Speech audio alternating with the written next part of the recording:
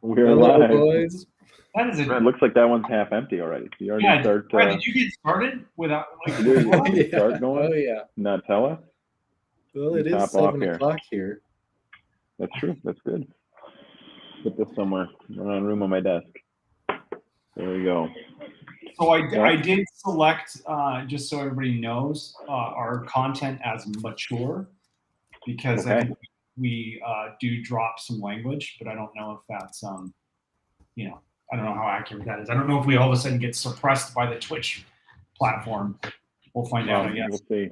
Hopefully we'll try and keep it clean and professional, but you know, sometimes it doesn't always happen. No. But cheers, guys. Happy Wednesday.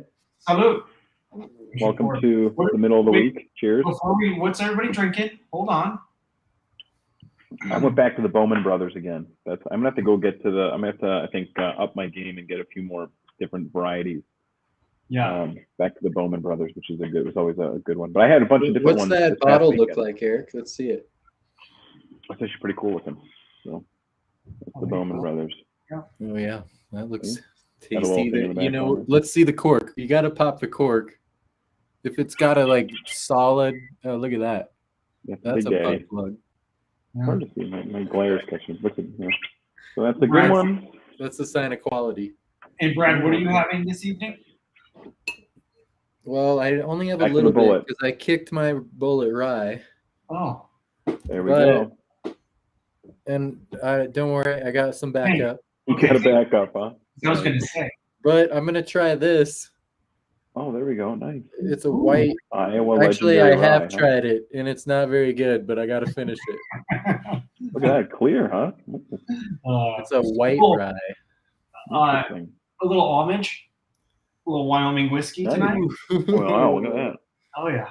Hey, so I was talking to my cousins, and they knew the guys that started this, and they got rushed, right? Because the VCs were like, hey, we got to start doing this. Like we got to start making money and selling this stuff. But how do you rush whiskey? How do you rush an alcohol?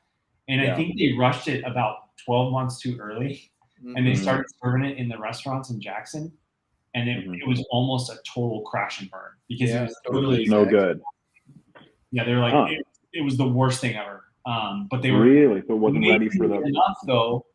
A cool story is they rebounded. Their next round came out, and then it's gotten better and better. And then I just saw a bottle for a Wyoming whiskey. I didn't look at the full batch or anything. That's a $110 bottle. So good for them. That's dangerous, especially speaking of relating back to what we're talking about with branding and brand damage, right? I mean, that's you've built up credibility, and then you go do something like that foolishly, and then all of a sudden now you have to start from over. It takes a lot. It's a lot harder to win back an audience than it is to win them in the first place. I think people are genuinely willing to give you the benefit of the doubt or want you to be successful. So when you mess up, it can become it takes a long time. That's a lot more work. It's a lot of heavier lift to get back in people's good graces. So I think the moral of the story there is to make sure when you go to launch, and we talked about this before lots of times, in terms of launching a product or something, making sure that you're putting your best foot forward. As I'm always skeptical of kind of soft rollouts and stuff like that. Yeah. And going to market before you're ready. So I think that's really, you need to make sure you have your best foot forward, and then because a lot of times you're only going to get one chance with an audience. So you need to make sure that you're delivering, the best possible product that you can on the launch. Well, because it doesn't matter how good the marketing is. If you're putting out a crappy product, it's done. It's dead in the water. Certainly. Well, and that goes again. That's what we do, right? We're putting, we put butts in seats. We make phone calls. We get people to pick up the phone and call. But at the end of the day, the product ultimately will sell itself, or not sell itself, depending on the quality of it, right? So we try and align ourselves with brands I think that we think are high quality and that provide a good service. So we stand by them. But certainly at the end of the day, our job is just to get leads, get contacts, get people to your eyeballs on your product. But the product itself has to kind of sell, has to get the sales. Yeah, absolutely. So, actually, Paul messaged us: pure rye, possible double rye, yet aged and smooth is truly key. Yeah. Yeah. There we go. Look, we're getting contact. Yeah, we have contact. Hey, and here's the bottle that we're giving away tonight. I don't know. Should we do like a trivia question? We're giving it away. You jumped. Oh, yeah. How do I win this? Winner, chicken dinner. Paul, you're in the lead. Wow. Is it just arbitrary? I didn't know. I don't think we that one didn't get sanctioned. I don't think we discussed where that was going yet. Oh boy. You both signed off on it. We'll tell the feds your address. Well, you're getting lucky. It would be what, alcohol, tobacco, firearms, right? ATF. Yeah. Let's try and say it's more of a. It's right outside of DC, right down the street. It's a gift. It's a gift. Yeah, exactly. We're giving a gift. Do we want to talk more about what Whiskey River Media does? Yeah. I think so. I think that's video. What do we sit around? I think we see what you mean. Yeah. Well, I think the starting point of what we deliver is branding, right? That's kind of the core function, and then the delivery of said brand through various channels, and help with the marketing of that brand through various channels. And our expertise is really our digital development, online development, digital marketing, be kind of the future of advertising, right? And also traditional advertising channels as well, when appropriate. But that certainly is our wheelhouse now. Of course, we're pushing into more modern channels in terms of NFTs and cryptocurrency. And I know we've kind of talked about that a lot over the last 2 weeks. So I think this week we'd like to kind of take a step back and talk about more traditional mediums, and some interesting things going on with those, and kind of evolution of some of these different techniques or outlets. So yeah, Brad, do you want to go in? Want to take a stab too? What do we do? Well, I like how the three of us complement each other, with you being in the organic and paid advertising, and then Eric's amazing with branding design, and then I'm building it all with the development. And our three teams complement each other well and enable us to take brands at any point in the game and make them better and get them established, get them communities. And I think that's what we're doing on whatever platform, whether it be NFTs or YouTube or Google, organic SEO search. You're just trying to kind of get communities of people. And how do you target those communities and get them involved in what you're doing, and build trusts and relationships? And that's, I guess, what we're trying to do overall in the three of our departments. Well, and I look back and I go, we've been, obviously all of us are what I would consider senior level digital marketers, branding, right? We're all for the most part executive, right? I mean, I think you get anything above 10 years, you know what you're doing, right? If you can make a living at it for 10 years. Eric, you've been in it for 20 plus years. So, when we met, back in, now Eric, you and I have known each other forever. Brad, we've known each other 2 or 3 years. And back when we all sort of joined together, it really really opened up different new doors, right? Because I was so focused on the paid social digital advertising piece of it. And that's when Facebook was just gangbusters. I mean, remember 2020, we were just like, oh my gosh, what's going to happen? Market's going to collapse. Everything's going to, power companies can stay in business. Everybody's locked down. And it actually ended up being a massive year for most of our clients, right? I don't remember a client that we actually lost during that 2020 year. I mean, I'm sure there were a few, but it's crazy how that was really the foundation that brought us together, was that paid social and that performance marketing. Then look what happened, right? The seasons change. Well, it's very fascinating how the pandemic accelerated. We talked about this, I think, last time, about how technologies came into fruition through that, right? And that being one of them, right? Here was a retail channel, and pretty much one of the only retail channels was, in terms of getting in front of faces, because people were at home and people were in front of their computers and people were doing social media, right? So whether it be Facebook or Instagram or TikTok, as we learned towards the end, which is, that's where the eyeballs were. Yeah. And, they weren't able to go out and buy stuff. So it became e-commerce really, obviously took off. And I think it was like, kind of the perfect storm for that. And I don't want to say that people were naive to think that was going to be the new future in terms of continuing to always provide those kind of returns. Yeah. I question whether or not that, some of that, especially for the mom and pops, right? The smaller scale people that were just, were very successful through it. I think the long term for larger brands is still there, but I think, as we discussed, the cost to value in terms of, the ad spends and the returns you're seeing, those are getting a little bit more difficult to track and manage, and not as obviously as great as they were in 2020. So I think, again, as we said before, this is why we're kind of looking at other channels, because it is certainly kind of getting a little bit tougher to market through Facebook. Yeah. Alone. With attribution. Popping off. Yeah, we're shifting to that Web3, and I know we don't want to start talking about it again, but we're going to Web3, and we're not quite sure what that is yet. But I'm convinced that it's going to be more community, more user-driven, whereas before with mobile and social, it was, we're zombies following the platforms, doing what they wanted us to do. So I think, the shift is going to be to community, with the users in the driver's seat, with the Web3 technologies coming into play. 1,000%. I think where you had it, so it was kind of this, right? It's how the internet, like a triangle where you had the top companies, the top brands had all the control.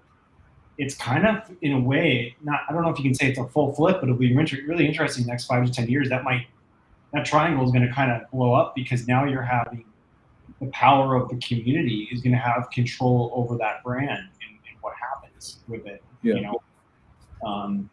Really. And it's gonna be a huge education leap for the user. Yeah. Everybody's gonna have to get educated. That's gonna be the biggest holdup for the technology to come into play, is everybody just getting it and figuring it out. Yeah. Well, I think the fascinating thing, any naysayers that are at it, it's like, the fascinating thing, and I don't remember where I heard this, but, it was the words that made sense to me was that, they saying that, look, there may not everyone may have the answers yet, but the smartest people in technology right now, the smartest programmers, the smartest engineers, they're all working on this. They're all pushing in this. So the amount of value that is going to come out of that, right, is it's just, the potential's there. So it's like, that if they're all focusing on this, something good will come from it. We don't know what it is yet. It's like AI. It's like all these things. Like, it's like they're developing these things. Like, I don't think a lot of people know what's going to come of it yet. It's like exploration, right? It's kind of like, here's a new thing. We don't know what we're gonna do with it yet, but we know that what's there has value. And as you said, dude, the smartest engineers, the smartest web developers are not fuddling around with old antiquated websites. You know what I mean? They're not. They're the best and brightest are working on this stuff. And totally, Eric. Let me see this. You said that earlier today. I've been thinking about that. What you said that earlier today, and it's very profound. Not just the best and brightest, but the most creative, right? The most out of the box thinkers. I mean, I hate to use that term, but it's the only thing that really makes sense is that people that are thinking more dynamically are in that space, and they're looking to see how is this going to prove value, and they're trying to figure out how to make it prove value. So I think that's in and of itself right there is reason to get on board and reason to really pay attention, even if it scares you. Because I think a lot of people don't understand it, and that's like a fear thing. Like, I don't see where the value is. It's not a product. It's not a commodity. It's like exploration, right? That's the best analogy I think you can make is that the space exploration, right? It's like, well, yeah, you've already been to the moon. Why are you going back to the moon? Well, okay, but the sheer effort for exploration is worth it, right? You never know what you're going to find. Go ahead, Zach. Can I take you one further? So yes. Shout out to Spencer Leatherman, he told me to grab a book, Elon Musk, the book Elon Musk. Do you guys know what Elon Musk's mission was for SpaceX? It wasn't space exploration. It was, we're landing a human. We're going to put a human on Mars, right? So that's their everyday mission. So when I think of even branding, and this is a little bit of a stretch, but when you have companies and agencies and brands that are going, we're going Web3. We don't know exactly how it's going there. We're seeing all this technology really continue to adapt, before our eyes. We don't know how this is going to happen, but we're going Web3 because of all of the upside that it's showing, right? So yeah, very, very. It's funny you said that, Eric, because that just reminded me of that Elon Musk book. Really good stuff. Randall, also, back to the 2020, he made a comment which we didn't see here, but yeah, he said really 2020 also, and I agree, is everybody had to, the brick and mortar customers had to figure out how to bring their products to customers at home, right? And a company we think of as GMG, they had all of these dealer locations set up, and they had to figure out, how do we, when people can't come and go into a store to get a grill, what do we do? And I thought it was a really smart pivot, and they did it relatively very quickly, and they just did curbside pickup, right? And it ultimately really put them in a really good spot, because then once they were able to get that advertising out there on how you can't go anywhere, so you might as well have a backyard barbecue, right? Grill in your backyard. Yeah. We have the product for you. Just come pick it up. We're giving you extra $150 off for your, for the service charge, for the delivery fee. Really smart marketing. So good job by those guys. Anyways, where what do we want to go through? What do we want to jump into next? Any other trends or topics you guys want to? Well, I think as we were talking about touching on the Web 3.0, I think it's a perfect segue to that comment that the article that we read today about Napster and LimeWire and these more quote unquote nostalgic 90s or early 2000s, 90s, 2000s brands or softwares, right? That have kind of went the way of the dodo, and now they're getting back in the Web 3.0 game. No one really knows. They don't know what they're, again, to me, we don't know how or what they're going to do with it yet, but somehow those companies, whether it be NFT exchanges or file sharing or things like that, and kind of bringing it back from the grave in a Web 3.0 format or platform, I think it's just very interesting to me. And maybe, Brad, I wanted to kind of get your insight on that in terms of how, what would be the benefits to like launching something or kind of relaunching, I guess, or recreating those things in, Web 3.0. Why, I guess, is the question. Right. Well, gosh. And yeah, that was an interesting article. I wished they would have revealed a little bit more. As with a lot of things, they're just saying kind of TBD with Web 3. But I was just talking about Napster and LimeWire when I was camping, and kind of using it as an example to explain Pinata Cloud and decentralized hosting services, where it's a network of shared files like BitTorrents. So we all remember back in the day with Napster, we would download the Napster application, and it would take bits and pieces of millions of parts of one single song and put it together in the Napster application. And it was almost like a decentralized hosting service for music. And that's kind of how they got away with that. But you needed their interface to interact with that system, right? With that network. And so I think that they've already kind of have that environment or that world established to some extent, to where now it's like, okay, let's revisit that, because there's already services like Pinata Cloud that are providing these decentralized hosting services. But it made me think about maybe some kind of new browser that might be coming out, because again, Google Chrome and Safari and all of these other free browsers that we're using to view information, are just grabbing information and using us as users.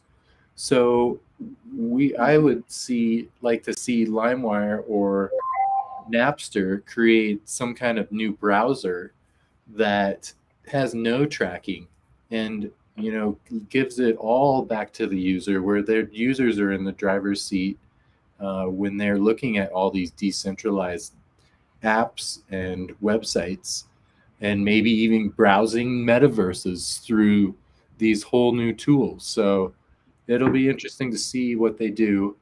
But I think they've already kind of put their foot in the door with the family file sharing kind of BitTorrent world. So do you see it as like as just like a kind of a new browsing kind of model? I mean, how is Web 3.0? Will that still be searchable through Google search engines, things like that, or is that a completely different kind of system structure? Well, we're seeing stuff like Web3 with digital wallet connections, connecting it to kind of your cryptocurrencies and those sort of integrations that are in the kind of Web 2 world. But I feel like it's all going to kind of go off of this current network, or it could at least, and make it that much more exclusive of an experience. Yeah. And then maybe it will require a whole new application besides what the current internet browsers are. And maybe that's what we need to be working on. Well, I just it's interesting, that obviously that since Google kind of owns the land for search in Web 2.0, so to speak, and if they'll have continued reach into Web 3.0 websites, right? Or if their search and their analytics are limited on the sites built within the parameters of Web 3.0, right? Or is it something, meaning does something new have to be created to is there a opportunity for someone to kind of usurp them in search? Or is that, I mean, pretty much we talking that's just never going to happen. I mean, but clearly we know that Facebook's doubling down in the metaverse as a way to kind of do an end around and get past Google and kind of stake their claim there and kind of become the big dogs there. And what if there's a browser or something that allows you to search data or places or locate or whatever, ubiquitous kind of search system within the metaverse, right? We say, hey, like almost like a combination of maps meets data or meets whatever, because ultimately it's land, right? So I mean, or in the metaverse, right? So how you got to navigate your way around there, right? Whether it be maybe there's some sort of tool there or something. I don't know. Yeah. I mean, there's going to be a lot of opportunity for that's an interesting comment that's an interesting comment that V Randall put there about that there's the older generation is familiar with Napster and LimeWire, and it might be a way to pull them into into the new technologies, and I think that that's the point. I think the reality is there was brand value there, right? And it's a nostalgic brand. Like people don't see it as like being a shady kind of thing, and ultimately it's like it's really leveraging that brand value and creating something new with it. And I think that's kind of probably what they're hoping to do there. Yeah, totally, absolutely. That's very interesting. Interesting. Well, that might segue up perfectly into. Good job, Randall. Good job, buddy. Yeah, so that could segue. He's really working hard for that bottle of whiskey. He is, and here it is. You got to earn that shit. Yeah. You got to not only earn this bottle of whiskey, but you also have to name the state that my hat represents. That should be a layup. Let's get a close up of that. Hawaii. I'm kidding. I know what it is, so it's not. Yeah, I know what it is. Eric, I'm you just can't cheat. Can I ever say that? Interesting. Well, speaking of branding, in terms of the Napster and LimeWire thing, I think that we've also learned some interesting things today in terms of, kind of weird happenings with the branding and stuff like that. That believe it or not, Marvel had just bought the legacy rights to Stan Lee and Yes. his likeness, right, and all of his, and I think all of his content that he's produced in terms of any kind of video footage or audio footage, the ability to recreate his voice, which, by the way, segues me to another thing, which I was reading an article about how Val Kilmer, for Maverick and for I think his documentary on Amazon, they created an AI voice for him. So they were able to recreate his voice because he speaks with a device. So I thought it was very fascinating so in essence, by them buying the rights to Stan Lee, he can appear in movies, he can appear in, they can use his digitized voice, they can use his signature, his endorsements, action figures, this, that, and the other, all that stuff, and they find, in perpetuity, really. So it's kind of a way to like leverage, I think, and kind of more IP, right? And it's just fascinating that that we're at the point in life where that even in posthumously you can actually still make tons of money. I mean, we've had obviously with royalties and things like that in terms of the estates of different artists and stuff. But the first time when we're actually in a situation where now you can almost, we had talked about this, and I said the collective, we had talked about what happens, can you reproduce a dead person on film, right?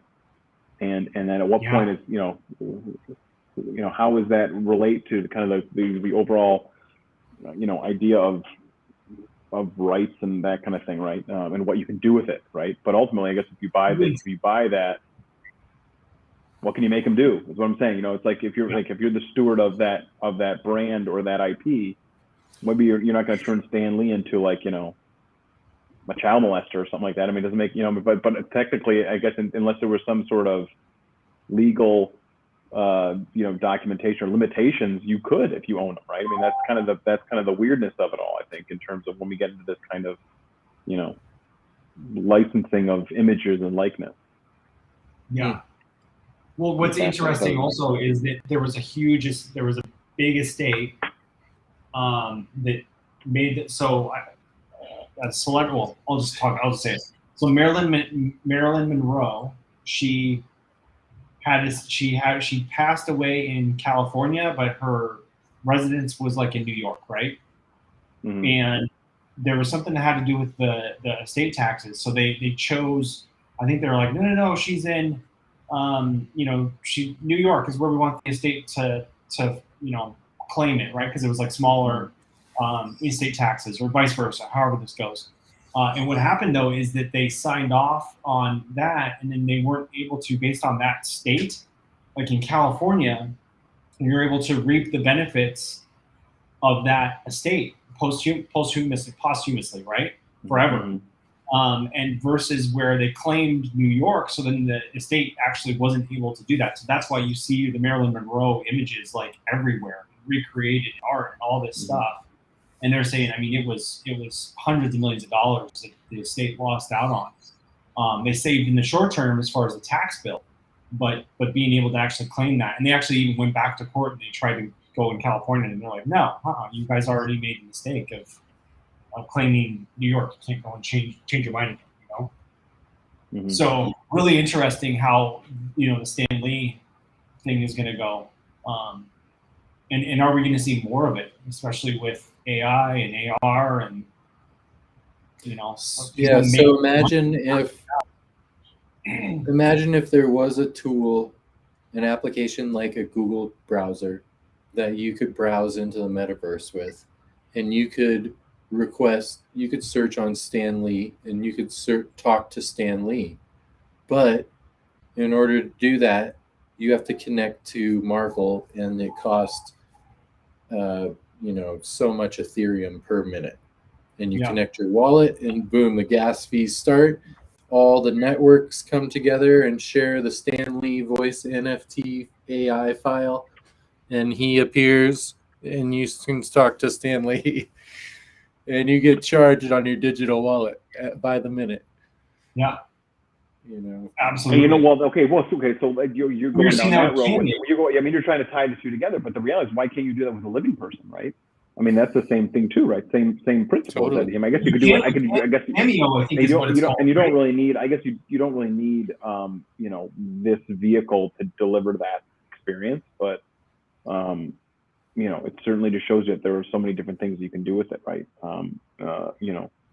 And that's what kind of like a Discord channel gives you, like that's the kind of exclusivity that it gives you to a group or a collection, right? So if I'm an artist and I release maybe an album, right? Because isn't that an album or something like that, or only a song, a track, like through an NFT where you can only buy, you buy exclusive rights to that song or something like that, or you and 1,000 people get access to that one song. That's the only time, and you own it. You're like a part owner, right? And maybe that then gives you,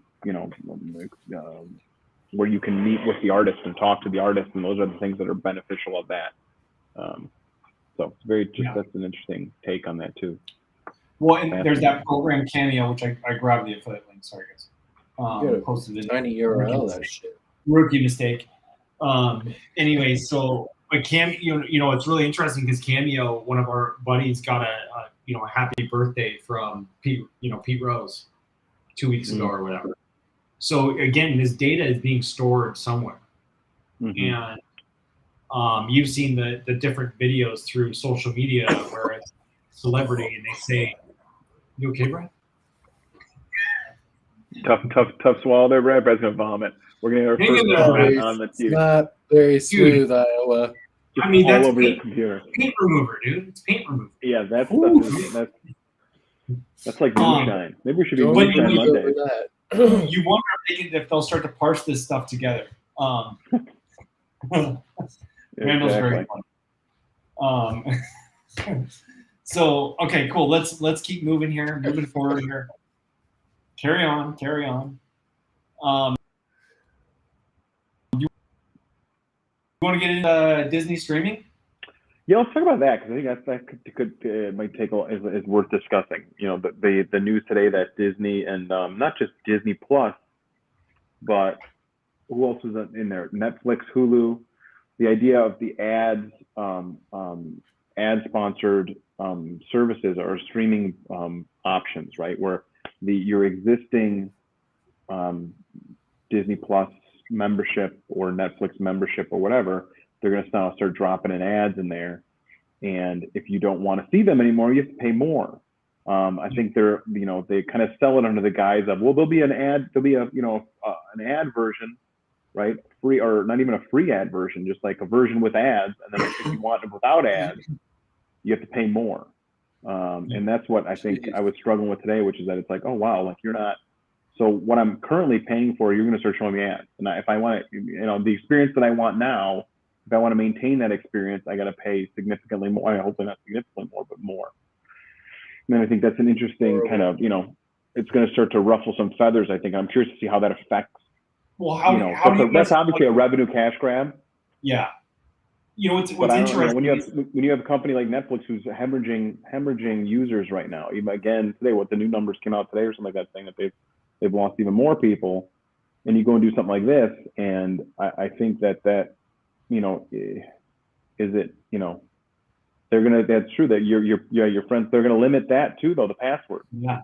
So the Andrea should drop in there about my friend's password. That's the problem. So they're gonna start. I think there was something like they're gonna give you like 3 or 4, and then everyone above that you have to pay extra for, and they'll track, and they'll be able to. I mean, with technology, they're gonna monitor that and be able to see. So just like Apple has with their device recognition, like how many devices you can actually link up to your iTunes or whatever, you can do the same thing. So yes, it will be controlled. They're trying to put the freaking jack back in the box, right? I mean, it's kind of. Well, the problem is, I think what they're seeing is that after all the spending they've done, right, on content, thinking that content will set us free, so let's just overspend on content. Now, just like hey, the bean counters are going to get involved. They're going to say, hey, you're not making any money. Like, I don't understand how you just said, how are you spending more and more money? Yeah, we're not making any money. You got to make money, right? So spending money. Their thought is, well, let's just start. We never have ads. We'll never have ads. We'll have ads now. And if you want to keep the experience you have without ads, it's going to be an extra $5 a month, right? They already raised their prices this year already. And I think Disney, but now Disney is also saying that they're not going to children's programming. So what their argument is that they're saying, well, we'll still have the fewest amount of ad times per hour, like ad minutes per hour. It was like 4 minutes per hour or something like that, versus broadcast, which is like up to 20 minutes, 25 minutes per hour of programming is advertising. So they're going to try and limit. They want to have the lowest amount. Hulu's got like 7 minutes per hour or something like that for their ad tier, and that they're not going to do it for preschool content. So that's maybe that's the one way of saying, look, because I mean, geez, think about how pissed off you'd be if you were like like when parents have their kids on their, the kids can't, like, when they're watching, Paw Patrol or something like that, and they're going to be interrupted with ads. Like, it would, people would lose their mind. It just breaks that fourth wall, and it's like all of a sudden they're like, oh wait, what? And then they they lose them. So so let me ask you guys this. I mean, it's $50 to $60 per 1,000 impressions. Would you ever advise a client to test a Netflix ad or a Hulu ad? And if so, what would be the biggest, piece of advice? What products would I send there? Or like what type of products would I send there maybe? I mean, let's just say it's just an e-commerce, I don't know. Maybe it's whiskey. So in defense of it, right? Okay, but I don't know because I think about are you losing eyeballs, right? And I think I would try to sell whiskey on Yellowstone. I mean, maybe that's the synergy, right? Is like, but that's like ad theory 101, right? Just like obviously sell to the people that are watching your show, right? That every product's got to be relevant to the channel that you're getting in on. But I think that maybe a streaming service is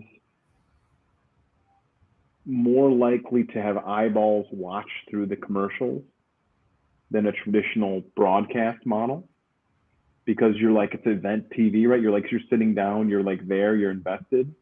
You chose out that show, right? You're purposely watching that show. Doesn't make it any less annoying, but well, does that make you angry as a user to know that you're kind of getting a little bit of a bait and switch? Oh yeah. Yes, it pisses me off. What I don't like is that it's like you're not offering a lower tier that option, right? You're not saying we're going to do an ad-based version and we'll charge you half as much as we're charging you right now to get that, right? And let me make the choice. You're saying what you're paying for now for your experience, we're going to start showing you ads. So if you don't like that, you have to pay us more. It's like ransom. Yeah. Like it really. Did anybody think about grandfathering in or having legacy billing if you were a member before X date? Nice. I would imagine that's what they should do, but I don't think I bet you that's a huge audience, though. I bet you that's the bulk of. Why would you let all of your millions and tens of millions of viewers off the hook, right? You're not worried about new people. You're like, you need to generate income. The whole purpose is that you're trying to generate income like immediately. Well, and you're all of a sudden turn your numbers upside down. You're going to bet on the fact you're going to keep producing really good content. It all comes back to that content. I think the only way that I would recommend doing it is if they had a huge budget and they were testing everything else and they had some special thing that took people to a QR code. But again, even with that, you're looking at probably 6 months before you can see something, kind of, because not only is it a whole new behavior change for everybody who's been watching Netflix. Now I'm going to get hit with an ad. But then for me to actually to kind of build the trust, like that's all now behind me. Now I'm used to the advertising, and then now I'm going to have to get comfortable with, who's marketing to me. Well, let me ask you a question. Let's play this a little bit deeper, right? Okay. What if you're the first person to advertise on there? Do you think people hate your brand because of it? Yes, and I want $1 per 1,000 CPMs, like what Randall's currently getting. You know what I mean? Like if I'm the first guy to sell my product, I'm gonna be like, dude, you're the dick who you started showing me ads. I hate you. I'm annoyed, right? Versus does Apple show ads on Netflix, even though Apple has Apple TV? Is that a competitor, or is that? Well, maybe you do. Maybe that's. But the point is, you're going to come across Does Netflix allow the jerk by advertising, right? So maybe you. But you also don't want to, the question is, are you allowing if you don't jump immediately, do you allow other people to get a foothold, right? So that's the kind of the double-edged sword there. And I don't know that they would offer nothing I've read says that they're going to offer an opportunity to skip. But that's not only because I think who knows? We'll have to look into it. We'll have to see what they come up with. I think it's a very challenging thing to sell to your existing clientele, right? Because it's something that they have grown, especially something like Netflix has been on forever, right? So you've grown accustomed to that not being an issue, right? I mean, like there never is ads. So to have ads there now all of a sudden, I remember when I started watching Hulu and they were on there, I was like, what the heck is this? Like, why am I seeing ads? Like, I'm not, no, this is not what I signed up for. Like, I don't, I'm paying for this. I don't want to. It's real similar to what apps do. When a new app comes out, sometimes they'll release it and it's free and people start using it like crazy. And then all of a sudden those cool features, they're under the paid subscription. That was like with Strava, it was free at first and it had new features on every update, lots of updates rolling out every month. And it was really cool to look at your friends' times on their bike routes, and see if you're faster than your buddies. And then all of a sudden one day I went on to look at it and it's like, oh, subscribe to see these. And it's like, what the? Yeah. And I actually got pissed and deleted it. My wife got me the subscription so that she could then live track me on my bike rides. There you go. But, in case you got mauled by a moose or a bear. In case I got hit by a moose, but after I actually just deleted it after my subscription was up, because then I couldn't see my friends' rides anymore. I'm like, fuck this. Yeah. Yeah. So but they're probably successful. They probably turned over a lot of subscriptions when they made that change. Yeah. But that's a little bit different than advertising. Right? Yeah. Well, and again, it's hard. It's hard. You're looking for quick money, or at least trying to plug the hole in the boat quickly, and you're not really seeing that. That's really, I think, gonna annoy a lot of people who have just. You're in essence, Hulu does it, right? But Hulu is one of the only ones that I know that Hulu's done it from the beginning, though, right? Yeah, well, but also in a paid environment. We're in a paid environment. I don't know that anyone else has really gotten away with it, or have tried it yet. And I think that we've all been so used to. Well, I'm paying for it. I guess again, this is the evolution of even cable, right? Back in the day, you used to pay for cable, right? Yeah. Well, and let me say this. This is where our PR lady comes in, right? Because I'm starting to look at this. We're pissed. We're all Netflix subscribers, and we're kind of mad about it. And we're Disney Plus, right? We all have kids. We're kind of mad about it. This is all because why are we mad about it? Well, because we know it's a reaction to their stock prices, right? And their actual. Well, I don't. You'd like to think that it's a streaming wars issue.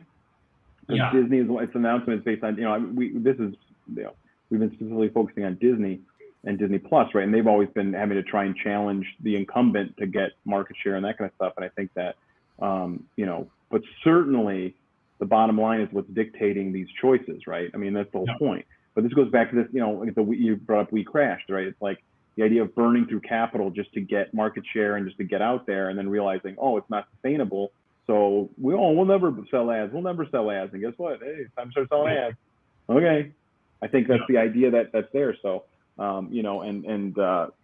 this is our new one from Matt Lockridge. Should advertising cost less per spot on Netflix versus traditional cable TV because churn is so much higher on streaming versus traditional cable? I don't know. The question is really, it's you may have more. You may be able to target better, more. You have the luxury of that digital marketing aspect to it, which is. You kind of source out specific demographics and viewers like in a more finite way than you can on broadcast.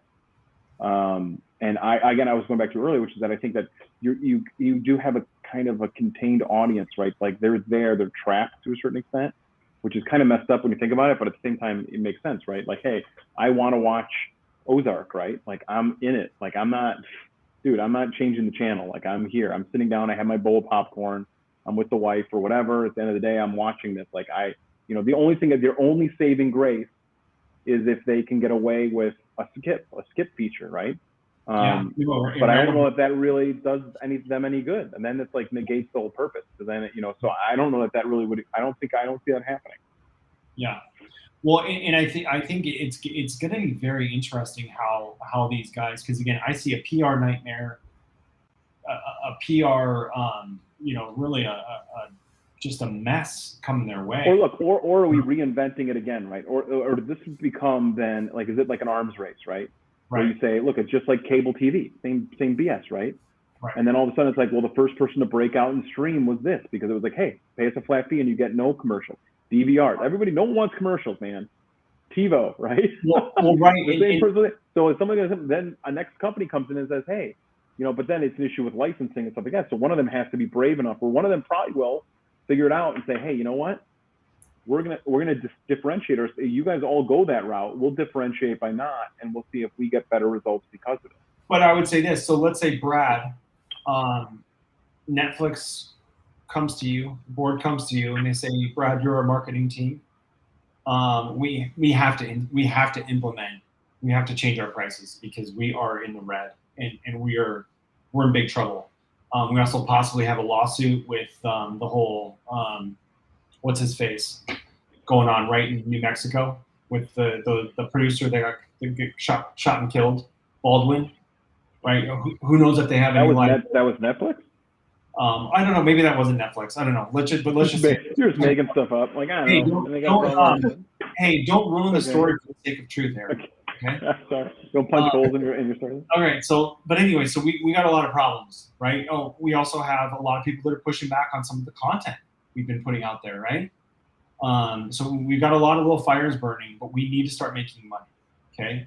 So, Brad, if we have to start making money, we have to either raise prices or we have to start running ads. What would you say to people? Or what would you say to the board, not the people, to the board of Netflix? Well, that's a 24 hours. There, but, I mean, I would definitely. I gotta. You know, we haven't seen any innovation come out of Netflix in a while, and so I think they could definitely look towards innovation with technology first, and then raise the prices instead of this advertising piece, because like we're saying, that's exactly why you get Netflix, is so you don't have to watch the damn commercials. So yeah, going that route just doesn't seem like the way to go. And like Eric was saying, who's going to come out of it and not give in and then take all the users? That's what's going to happen. Why wouldn't you? Well, let me ask you. You have licensing of content. Why would you offer free? You have licensing of content. Free service, but you don't get Ozark. You don't get The Witcher, which is freaking badass, by the way. There's the thing. Listen, stop talking. It's IP. That's the thing. So that's the problem. You can't come out with a new, the hardest part of a new streamer breaking through is that they're not going to have any content. Again, that's the issue. That that's why these new ones, like even Apple TV Plus, they have to generate their own content. Paramount TV, everyone's like, they're all siloed in their own little world, right? So if they all start, yes, sir. If they all agree and like with, then like the Pentaveret and say, hey, let's all start doing ads and you're all screwed. That's one thing, right? But someone's going to probably break through eventually and say, I need to differentiate myself. I need to separate myself from the herd. So I'm not going to do that. And I don't know, the question is, do they charge more? But it was inevitable, I think, at a certain point when you see the amount of money going into production. Now, here's actually an interesting thing that we should think about is, how is cinema and actual theater experience, right, affecting this as well, right? Because really, you're seeing a lack of movies being shown on the big screen, right? And that they're all skewing towards streaming, right? So, is the downfall of one? How are these two things going to play? Those are the things that keep each other at bay, right? For content, for IP. So I guess it's really interesting to see if, does that push people back to the theaters, right? Or does it push them back to cable? Because cost, now you're in a situation where you have cord cutters that left cable because of cost, right? And they were like, look, I don't need all that. I don't need 6 million channels because I don't watch any of that stuff. So I just want to get Netflix, and that's all I need. Well, now I have Netflix, I have Disney Plus, I have Hulu, I have HBO Max, I have Paramount Plus, I have whatever. I don't have CNN Plus anymore because they pulled the plug on that, right? So, but my point is, everybody's got their own silo, and eventually you're saying, well, now I'm paying more than I would have paid just for cable in the first place, right? Or YouTube TV, right? Which is kind of which might actually at the end of the day come out ahead of all these other streamers. But again, you're not going to have your Disney IP property, right? You're not going to be able to watch those movies, right? Or Warner properties on HBO, right? It's just so. And if they bypass the theaters and send them to those streaming networks, then maybe people are more apt to want to continue to pay for them. But is it only going to be on shows? Is it going to be in the middle of a movie? Right. Like then that messes with the experience, right? So here you go, right? So that messes with the experience. So now am I going to say, well, I'm not going to watch the Batman on HBO Max. I'm going to go watch it in the theater because when I watch on HBO Max, I get commercials. Now we're assuming a lot of things here. We don't know the answer to these things, so we're kind of speculating. So I don't know yet, but it's interesting to talk about what the potential is there and where you can go down the rabbit hole to address some of those things, because it is fascinating that, is it just on what you would be considered traditional television fodder, right? But the whole miniseries concept is now, a new one, right? The limited series, right? Was a limited series a TV show or is it a movie, right? Well, if it's a TV show, then if it's a movie, I don't want to see ads in there. But if it's a TV show, then that's going back to the 4 minutes per hour of programming. But if I'm watching a movie, I don't want to watch. I'm not expecting. Then it's like watching it on cable, right back in the day. Yeah, it's like watching on TNT. You're gonna have to pay for it. No, I think it's a mess. I mean, I think of my Seinfeld right now. I watch Seinfeld on Netflix every night before I go to bed. Mm-hmm. I watch 2 to 3 episodes, and it's straight through. They're 22 minutes. Yeah. If there's a break in between those, it's pass. Ozark. Man, you can see Ozark. No, and don't get me wrong. I would still watch Seinfeld, but I'd be mad at Netflix for that because now they've. Now let me ask the question. So then, did they alter the run length of the shows, right? Because you're talking about now how those shows were modeled in the beginning, which was the show itself was only 20 minutes, right, or whatever, and then they knew they would have 10 minutes of advertising or whatever. So, now it's turned into an epic, like since The Sopranos, really, which was like an hour-long drama, right? Back, CSI, SVU is not a full hour, even though it's an hour block on the TV. It's not a full hour.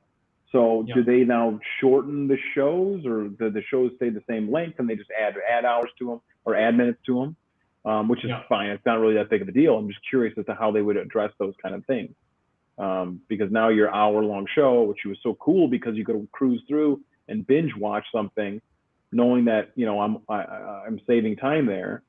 You're now eating up more time by showing ads. I don't know. It's very interesting. We'll definitely keep our eye on it. I mean, really interesting. A lot of.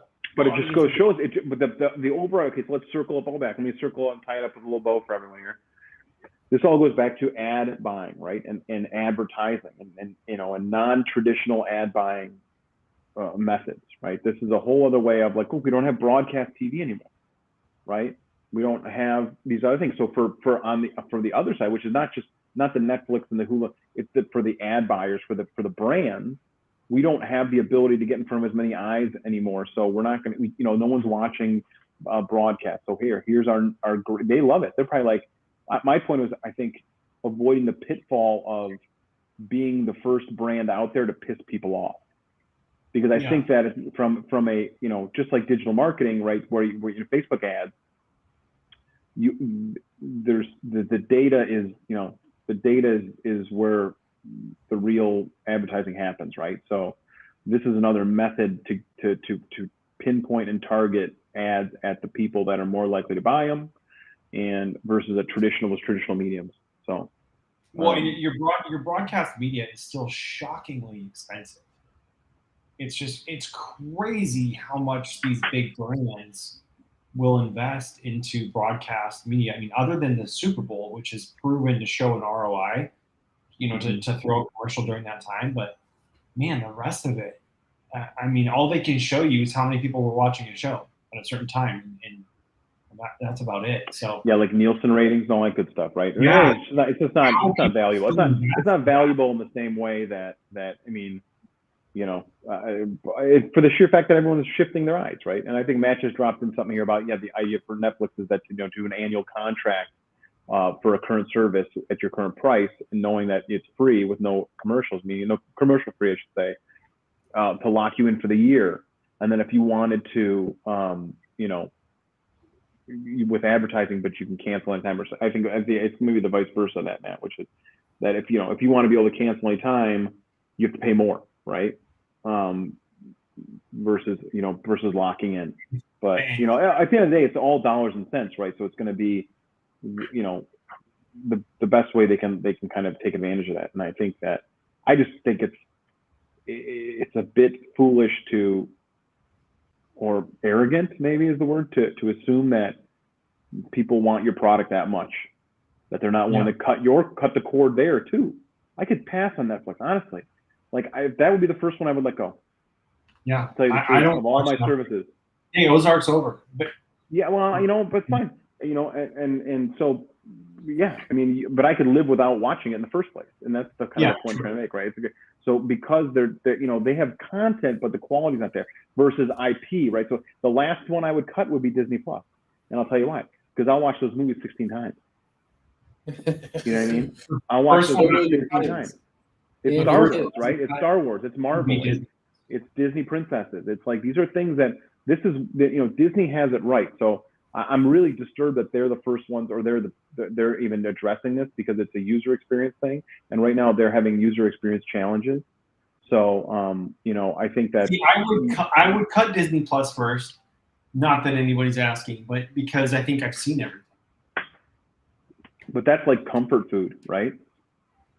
Well, and you have 73 kids. For me, I don't care about them. For me, they can watch. I don't care. They can read books. I'm saying I want to have my Marvel movies. I want my Star Wars. Well, the Marvel's a whole different ballgame. But I already see. I freaking took the bait. I bought all the Marvel movies on Apple, and then Disney Plus. So that's where you're gonna have some people that have done that. Yeah, and I bought a bunch on Apple as well too, which is kind of funny. When I'm like, I can watch that anytime it's there. I'm like, great. But you know what that was? But the logic behind there was not going to the movie theaters. Well, and let me ask you this: so back to Randall had a good question. Does Redbox make a comeback? No, because I don't think anybody's got DVD players anymore. Yeah, I think to be honest, that's the truth. Off of that, do you own the Apple movie, or does Apple own the movie? In other words, if Apple shuts down, which we don't see that happening, it's with the second. Yes, you do, and I'll tell you why. You do, because you can download it to your computer. Can you? Oh yeah, I guess you. Well, I have. You can download Netflix stuff to your computer. Now the question is, who knows if they have malware hidden in there or whatever? But I know that I can download. So that's what you do. If you wanted to watch a movie off your iTunes on your phone, even you download it to your phone, right? So it's it's a file. So yeah, you could. I mean, but who does that, right? No one does it. But my point is, you could have a server room in your basement that has all these videos. And one of my friends has got like every movie under the sun. And I'm like, I would love to see there's somebody out there that does that. That downloads every movie. And then they make like 10 copies of it, and then they go and they put it on a shelf, like perfectly labeled. That that's person. Creepy, but okay, that's creepy. He's out, Eric. But still, I don't. Randall. It's Randall. I don't. Hey, so we're winding down here. We got to go through memes of the week. Memes of the week. Let's do some memes of the week, and let's get away. We're only at 1 minute, but we may go a little over today. But I guess there's no limit, right? It's like we're not like we don't have advertisers. How long do you guys want to go? I'll go to midnight. We'll go all night. I'll go to midnight. Get really crazy. It's Whiskey River After Dark. Yes. Yes. How's everybody's whiskey? I saw Brad was doing some. And I froze. He's not on the hula board thing anymore, so I guess that's a good sign. Well, Brad was doing some whiskey cokes. I noticed he would like drink his whiskey and then he had the coke. Mixing it up, right? It's like my Schaefer whiskey coke, but you have it neat and straight up. Yeah, I like it. That's the only way I can choke down this Iowa rye. All right. This one is kind of weak. And can I just say this? Randall's on the call. Randall is literally the king of memes. And anybody who's on the call, all two of you, if you guys ever find memes, send them our way. I'd love to start sharing them. Randall has amazing memes. We'll give you credit. We'll give you credit in the. We will give you credit. We will give you shout outs. This one I like a lot. Hold on. Much anticipating.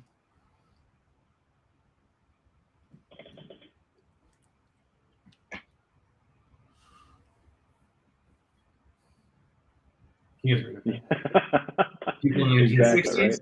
You better watch what I say or the government might wiretap my house. People today, hey, wiretap, do you have a recipe for pancakes? You know? It's very true. Very true. Very true statement. Where do you feel? Okay, so where do you stand on that? The name I shall not name because everything I have it all over the house. It's all of I'm like I give up a little bit of freedom just for convenience. I'm just that kind of guy. Yeah. No. Right? I mean, I have it everywhere. And then I'll just set up landmines in my front yard in case they come for me. So we all know summer is coming along very quickly, right? I hope everybody's training now. Eric, you were just in. This is actually what I did. This is Matt who's watching. That looked like you, I think, before we showed up to hang out. I think that's what you were doing. Isn't that's it. Where he's like, isn't he like 997? Yeah, exactly. Getting those last few reps in there. Yep. It's good. Gotta love Ron. Oh, the bird. See, this one I feel like really speaks to me. Yeah. Please do not add alcohol to your slush puppy. Exactly, yes. Yeah. Please don't tell me how to fucking. Good old Dr. Greyfang. I love that guy. He's good. I like him. He's got funny ones. That's good I love it. Those are good finds. We should make this a bigger portion. I think people probably prefer to see more of these than listen to talk. Well, and Eric, I know you're a huge Lego savant, and we even had a topic on Legos tonight. Which we didn't get to. Maybe we'll have to say that for next time. Oh, wow. I know, right? Little Amber Heard action there, huh? Nice. Are we going to get defamation? Or I think maybe if we say anything about that? Maybe. For those of you who don't understand the meme here, I don't know. You know what? I didn't even watch the trial in this part. I don't even know what happened. But the trial of the century. Yeah, I guess it is the most highly anticipated and watched thing on TV right now. Interesting. Yeah. Who would have thought? People. I feel like this is me.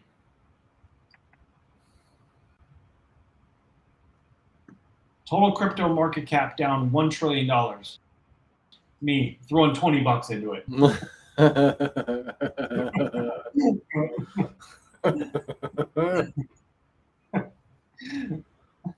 Oh man. Yeah, that speaks to me nicely. Yeah, it's been a bit of a dumpster fire the last week, I'd say, right? It's been a mess. And then last but not least, do you guys want a positive quote before the last meme, or just go to the meme? It depends what we need. We should always end on an I'll show you the positive quote real quick. I think it's from Rich Dad Poor Dad. Yeah. Hold on. It's important to remember this, right? We all got. Oh, jeez, that did nothing for us. Hold on. Why crashes are good. Rich Dad taught his son and me, your profit is made when you buy, not when you sell. Bitcoin is the future of money. That's why I will always back up the truck when the bottom is in. It may be 17,000 or even lower, 11,000. Time to get richer. It's time to take care. So he didn't. That was a few days ago. I think he said that, but it was really kind of interesting. I think people ride those. That roller coaster ride. Try to remember investing is, I think, it's a long term. And again, we are not investment advisors, financial advisors at any chance. No. But any type. This is what I kind of feel like the crypto market is for 2022. Oh gosh. Yeah. Hey, Eric, is this you and Adam and then his Possibly. Matt. Yeah, that looks like Mike, actually, more like that. But that's possibly what it would look like. Yeah, that's if I were driving the car, that's what it would be like. Why? Yeah. Yeah, that's no good. Yeah, it's been a tough week, right? I mean, it's hard, and unfortunately, you get it just feeds the naysayers, right? And again, I circling way back to the beginning about the idea that the smartest men in the room are working on this stuff right now. So it's like clearly if they're doing it, there's have faith, right? Or at least know that there's something there. And I'm not saying that people can't be wrong, but like I think that the technology, the root of the technology is where you should be paying attention to, not the ultimate, the vehicles, right? Let's call it. Yeah. So that's, I think, where that's where the value is. So interesting. There's a lot of interesting stuff happening. It's going to be totally all right, boys. Interesting. Keeps us on our toes, that's for sure. Always trying to find a way to sell product for our clients, and here's some of the things that these are the headwinds that we face. And I think that just goes to show you that bottom line again is solid product, honest message, and get in front of the eyes of the people that want to buy your product, and ultimately then I think you'll be successful. But well, definitely our winner tonight is B. Randall from Austin, Texas. B. Randall, huh? So there we go. Good job, Randall. Congratulations. Yeah, good stuff. Until next week. Until next week, and hopefully there'll be more crazy stuff going on in the world to talk about next week. Absolutely. Hopefully we talk about some more Netflix. Well, we'll track these stories. Obviously, and it'll be interesting to see what if we get any more information out of this stuff. Eventually we'll know. That's the one thing I can say is that eventually we'll know what Netflix is going to do, and we'll talk about it then there too. So, absolutely, good stuff. Well, cheers, guys. Cheers, guys. Yeah. Salut. Salute. Thank you, boys. Have a good night. Good night.